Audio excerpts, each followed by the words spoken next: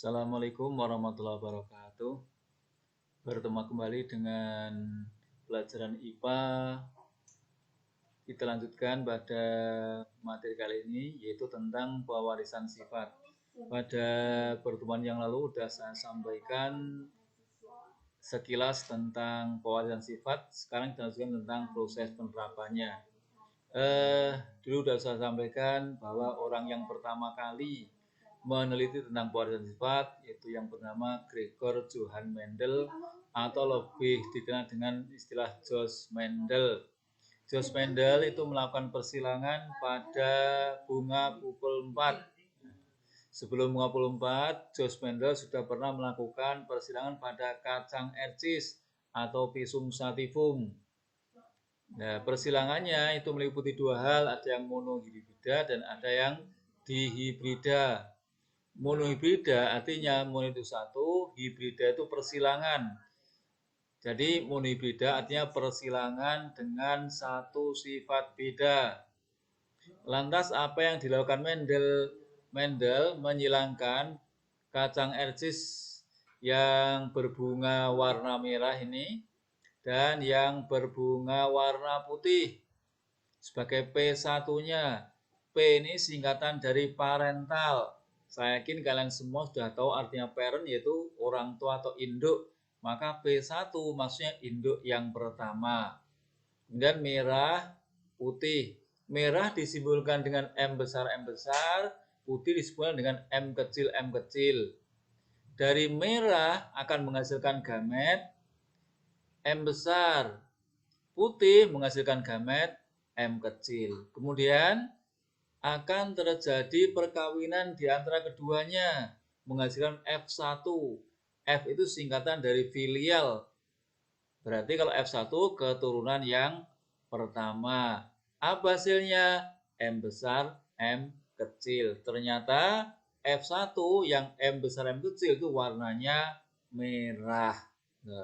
Apa bedanya merah yang atas M besar dengan merah yang bawah M besar, M kecil? Merah yang atas M besar ini yang dikatakan sebagai merah yang homozigot. Sedangkan yang bawah M besar M kecil dikatakan merah yang heterozigot. Nah, kemudian di sini M besar tadi kan merah, M kecil kan putih. Kenapa M besar M kecil kok jadinya merah? Karena M besar bersifat dominan, sementara M kecil bersifat resesif. Atau merah bersifat dominan, putih bersifat resesif.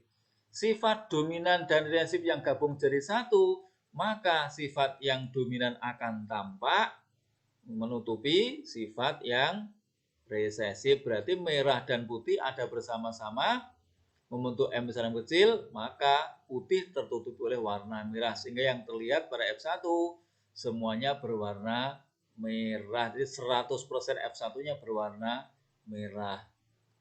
Kemudian oleh Mendel, F1 tadi, M besar M kecil yang berwarna merah, disilangkan sesamanya sebagai P2. Jadi P itu artinya apa? Induk. Jadi kalau P2 artinya induk yang kedua atau induk yang kedua. Nah, kemudian dari M besar M kecil merah disilangkan dengan M besar M kecil merah. Dua-duanya merah.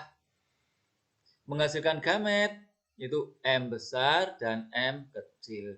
Ini juga M besar, ini M kecil. Apa bedanya M besar M kecil yang atas dengan yang bawah ini tadi? Kok yang atas ada tulisannya merah, yang bawah tidak? M besar M kecil yang atas kalau tidak ada komanya, ini menunjukkan bahwa gen tersebut berpasangan. Sedangkan yang bawah ini bukan merupakan gen, tapi merupakan gamet. Yang M besar ini gamet tersendiri, yang M kecil juga gamet tersendiri. Dimasukkan ke dalam kolom sebagai F2-nya. Ini F2 bawah. Nah, ini M besar, M kecil. Ini diambil dari ini misalnya. Kemudian yang ke bawah diambilkan dari ini. Jadi yang ke samping juga M besar, M kecil. Yang ke bawah juga M besar, M kecil. Akan menghasilkan keturunan ada 4.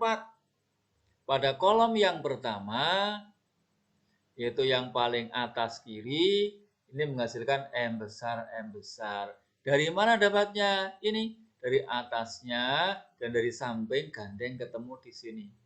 Nah, dari yang dari samping lurus ke kanan, yang dari atas ke bawah. Kemudian yang kotak yang berikutnya, M besar, M kecil. Dari mana ini? Yang dari samping kiri tadi lurus ke kanan masuk sini, ini juga ke sini. Nah, kotak yang ketiga juga M besar, M kecil. Ini yang dari sini samping lurus ke kanan, yang dari atas ke bawah. Kenapa penulisannya kok tidak M kecil, M besar? Aturan dalam penulisan ini yang huruf besar didahulukan. Maka kalau di sini M besar, M kecil, di sini juga M besar, M kecil. Dan yang terakhir, yang kotak nomor 4 itu M kecil, M kecil. Ini jadi keturunannya ada 4 macam. Nah, M besar, M besar, M besar, M kecil, M besar, M kecil, dan M kecil, M kecil. Nah, lantas apa sifatnya? Dari keempat keturunannya bisa kita lihat. Pada F2, M besar ini warnanya merah. Berarti merah yang homosigot. Yang berikutnya, maaf, ini bukan putih, ini merah, ini keliru ini. Keliru, silakan diperbaiki sendiri. M besar, M kecil ini merah, sedangkan yang M kecil ini putih. Nah, berarti M besarnya ada satu berwarna merah, M besar M kecilnya ada dua berwarna putih, dan M kecilnya ada satu berwarna putih. Maka rasio fenotip F2, rasio itu artinya perbandingan fenotip F2-nya merah banding putih sama dengan 3:1. Mana merahnya kok ada 3? Ini tadi M besarnya ada satu, ini warnanya merah. Kemudian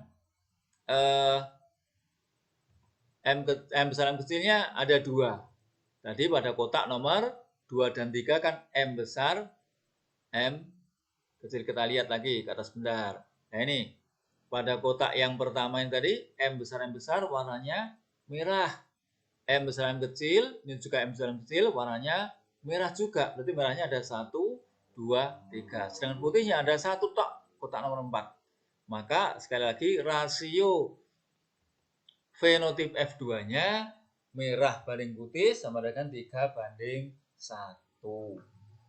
Yang berikut rasio genotip F2.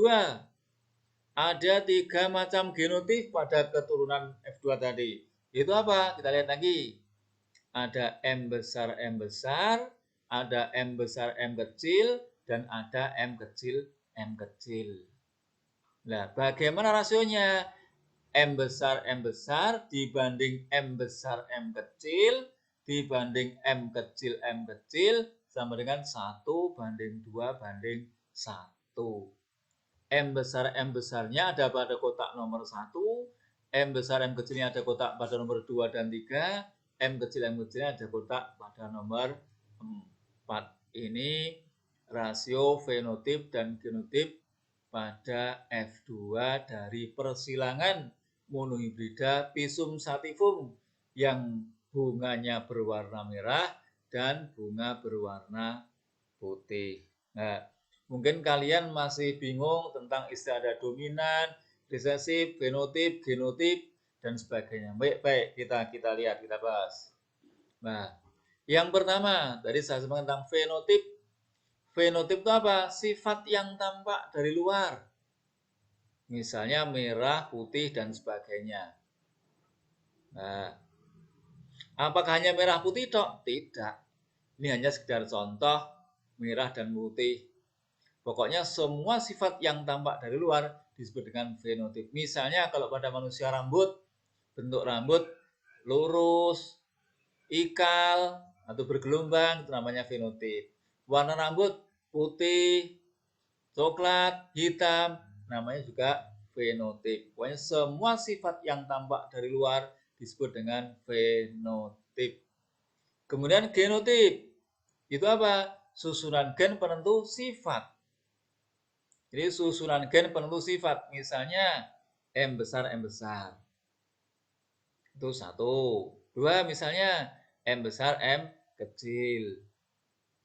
Yang ketiga, misalnya M kecil, dan seterusnya. Apakah hanya itu toh? Tidak. Tergantung dari huruf yang kita gunakan. Ini genotip. Kemudian dominan. Nah, dominan itu artinya menang. Jadi sifat yang dominan, sifat yang mampu mengalahkan sifat yang lain jika ada secara bersama-sama. Kalau resesif itu sifat yang kalah, yang dikalahkan oleh sifat yang lain jika ada secara bersama-sama. Contohnya yang bagaimana? Ini tadi, kita ke atas lagi sebentar. Ada sifat merah M besar, ada sifat putih M kecil. Ketika gandeng M besar, M kecil jadi satu, M besar itu merah, M kecil itu putih. Ternyata yang terlihat adalah warnanya merah. Maka merah bersifat dominan, putih bersifat resesif. Merah itu sifat yang menang, putih sifat yang kalah. Nah, kemudian yang berikut. Ada homozigot, ada heterozigot. Tadi di awal saya sampaikan merah yang ada dua, ada merah yang homozigot, ada merah yang heterozigot. Merah yang homozigot yaitu merah yang M besar, M besar. Sedangkan yang heterozigot yaitu merah yang M besar, M kecil. Lantas homozigot itu apa? Itu zigot yang memiliki pasangan gen yang sama. Misalnya M besar dengan M besar. M kecil dengan M kecil namanya homozigot. Kalau heterozigot, hetero artinya beda. Nah, heterozigot yaitu zigot yang memiliki pasangan gen yang berbeda. Ini keliru lagi nulisnya ini tadi. Jadi zigot yang memiliki pasangan gen yang berbeda. Misalnya apa? M besar, M kecil. Misalnya kalau kalian menggunakan huruf P, P besar, P kecil.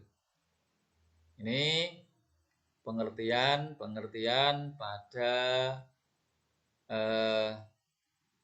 proses monohibrida atau persilangan dengan satu sifat beda. Demikian yang saya sampaikan.